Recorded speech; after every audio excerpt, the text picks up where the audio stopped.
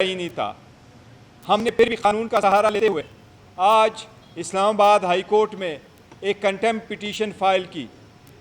عدالت کے سامنے ہم وہ نکات ان کے گوش گزار کرانے چلے گئے اور یہ آج ہم نے کوشش کی کہ آج ہی ہماری کیس کی ہیئرنگ ہو اور جو این او سی ہمارا کینسل ہو چکا تھا وہ کینسلیشن کا آرڈر سسپینڈ ہو. اسلام آباد ہائی کورٹ میں سیٹرڈے کی وجہ سے آج چیف جسٹس صاحب اویلیبل نہیں تھے, پیونی جج صاحب بھی اویلیبل نہیں تھے اور بابر ستار صاحب ہز آنر بھی اویلیبل نہیں تھے. آج اس کی ہیئرنگ نہیں ہو سکی.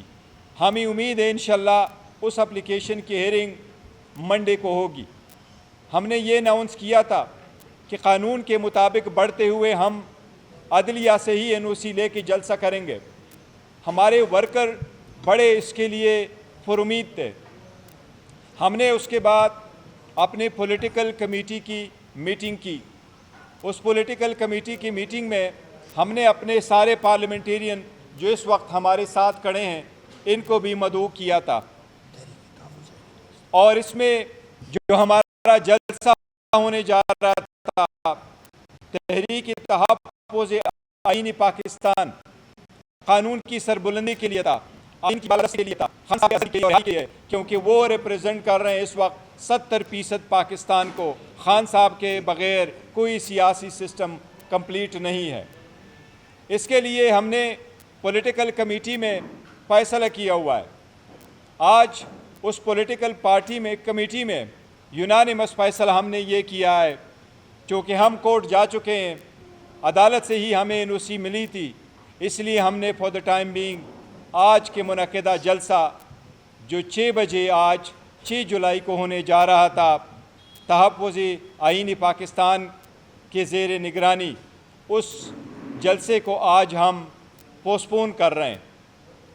اور اس سے اللہ تعالیٰ ہائی کورٹ میں جو پٹیشن ہماری منڈے کو لگے گی اس میں ہم کورٹ سے درخواست کریں گے کہ جلد سے جلد عاشورہ کے بعد ہمیں کوئی بھی ڈیٹ دے دے, اور انشاءاللہ تعالیٰ یہ جلسہ ہو کے رہے گا اور سب سے بڑا جلسہ انشاءاللہ تعالیٰ اسلام آباد کی تاریخ ہوگا.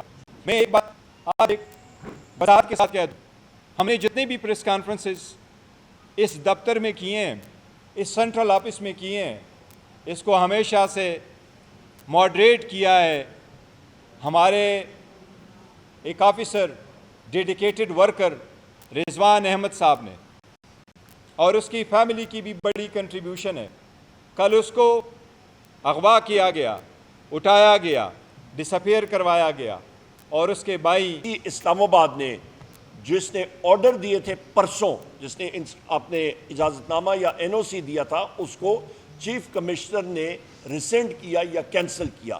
سب سے بات آپ میڈیا ساتھیوں کے حوالے سے ان صاحبان سے میں پوچھنا چاہتا ہوں, اس ڈیپٹی کمشنر سے, کہ جناب آپ نے ستو پیا ہوا تھا, آپ نے کوئی چرس پی ہوئی تھی, آپ نے کیا پیا ہوا تھا؟ آپ ہوش و واس میں نہیں تھے جس وقت آپ آرڈر سائن کر رہے تھے؟